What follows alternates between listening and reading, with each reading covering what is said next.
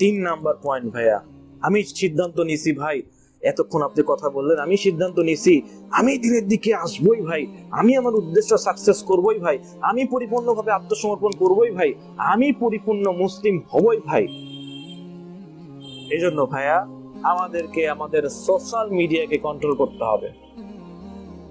এক, আমরা সবচেয়ে বেশি সময় কাটাই ফেসবুক, 2 ইউটিউব, এই দুইটাতে সবচেয়ে বেশি সময় কাটায়।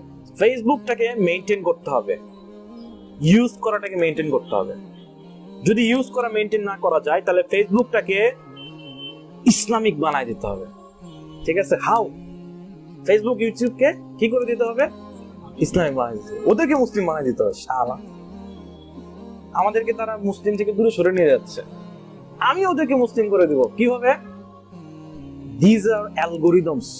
ফেসবুক একটা অ্যালগোরিদম, ইউটিউব একটা অ্যালগোরিদম, মানে কোড।